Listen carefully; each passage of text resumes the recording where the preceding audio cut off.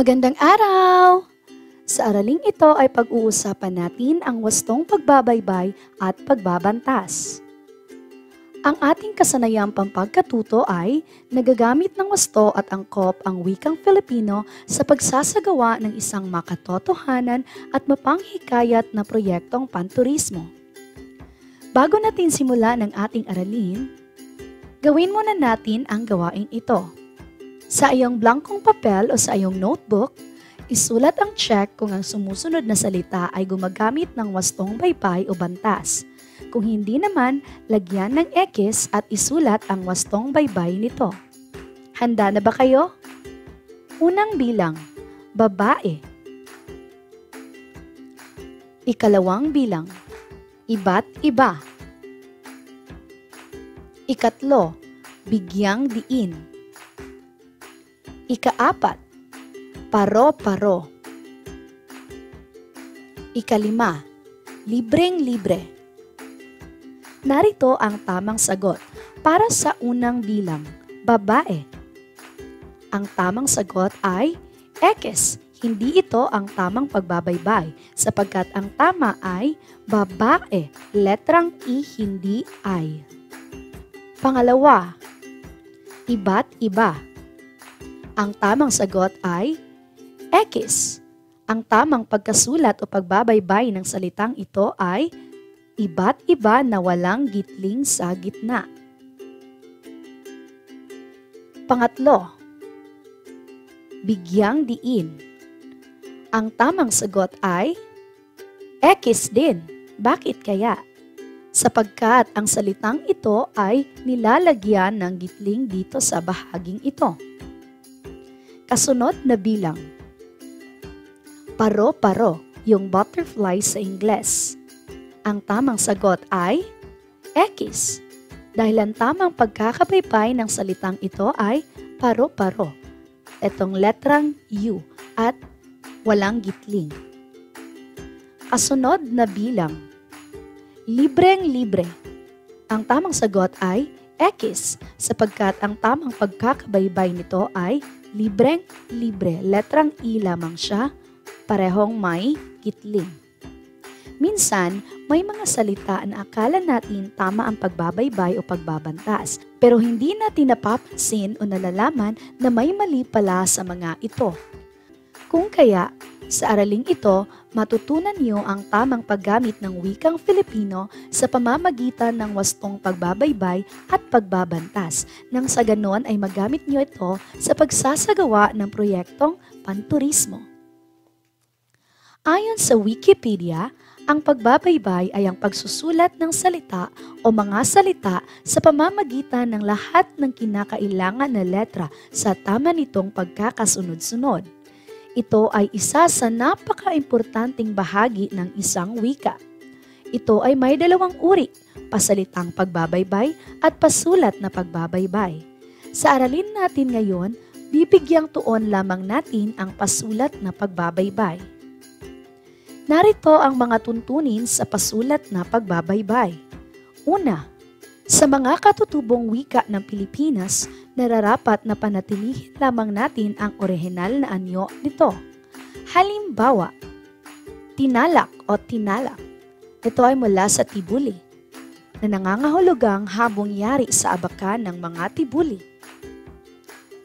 Kasunod, yung butanding mula sa Bicol sa halip na sabihin nating whale shark. Kasunod, kabalin mula sa Pampanga na nangangahulugang kababayan. At panghuli, yung tinatawag natin na hadja na nangangahulugang babaeng Muslim na nagsasagawa ng paglalakbay sa Mecca. Ang mga salitang ito ay puro mga salitang mula sa katutubong wika ng Pilipinas, kung kaya nararapat namang na hindi natin babaguhin ang pagbabaybay o spelling ng mga ito. Kasunod, panatilihin ang orihinal na anyo ng mga salitang hiram mula sa banyagang wika. Kung napapansin natin, may mga salitang foreign o mga salitang banyaga na walang katumbas sa wikang Filipino, kaya nararapat lamang na hiramin natin ang mga salitang ito. Hindi natin dapat babaguhin ang baybay o spelling. Halimbawa, status quo, bouquet, samurai, pizza pie, French fries.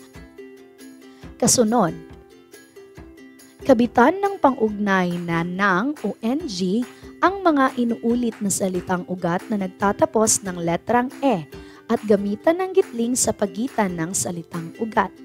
Halimbawa, berdeng berde, kapeng kape, karneng karne, libreng libre. Kung ating napapansin, may inuulit tayong mga salitang ugat kagaya ng berde, kape, karne at libre. So sa ating pag-uulit, nilalagyan natin ng pang-angkop na NG at nilalagyan natin ng gitling. Kasunod, hindi pinapalitan ng U ang mga salitang inuulit na nagtatapos sa letrang O. Bagkus, ginagamitan lamang ito ng gitling sa pagitan ng salitang ugat. Halimbawa, ano-ano, sino-sino, halo-halo na nangangahulugang mix, at bato-bato. Ang ating salitang ugat dito ay ano, sino, halo, at bato. Kahit inuulit natin ang mga salitang ugat na ito, kokopyahin lamang natin ang orihinal na baybay at lalagyan lamang natin ng gitling sa gitna. Hindi natin dapat binabago ang panghuling letras sa mga bahaging ito. Kasunod, may mga salitang nabubuo sa pag-uulit ng mga salitang ugat na hindi ginagamitan ng gitling. Hindi ito ginagamitan ng gitling sapagkat ito ay nangangahulugang hindi taglay ng salitang ugat ang kahulugan nito. Sa halip, nagkaroon ng bagong kahulugan ang nabuong salita. Halimbawa, halo-halo na nangangahulugang pagkain, salo-salo na nangangahulugang piging o handaan, paro-paro na nangangahulugang butterfly. So kapag tinutukoy natin yung pagkain na halo-halo, ito dapat yung baybay. At kapag tinutukoy naman natin yung butterfly, ito dapat yung baybay. Kasunod, kapag hinuhulapian ang mga salitang nagtatapos sa letrang E, ito ay nagiging I. Nagiging U naman ang O. Halimbawa, kortihan mula sa salitang korte, atakihin mula sa salitang atake, salbahihin mula sa salitang salbahe, balutin mula sa salitang balot. Dahil nilalagyan natin ng hulapi ang mga salitang ito, binabago natin ang letra, ang E ay naging I at ang O ay naging U. Ngunit, may mga salitang nananatili ang letrang E kahit hinuhulapian. Halimbawa na lamang, ang sinihan mula sa sine, botehan mula sa bote, onsehan mula sa onse, basihan mula sa base. Kung atin din papansinin, ang mga salitang ito ay puro mga pangalan o noun. Hindi kagaya ng mga salitang nandito, ito ay mga pandiwa o mga salitang kilos. Kasunod, hindi pwedeng palitan ng I ang E at O ang U sa mga ponemang malayang nagpapalitan.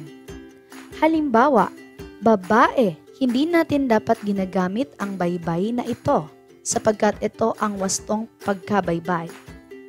Buhos, hindi buhos. Kasunod, sampo, hindi sampo na letrang O. Sana'y inyong naunawaan at naalala ang mga tuntunin sa pagbabaybay.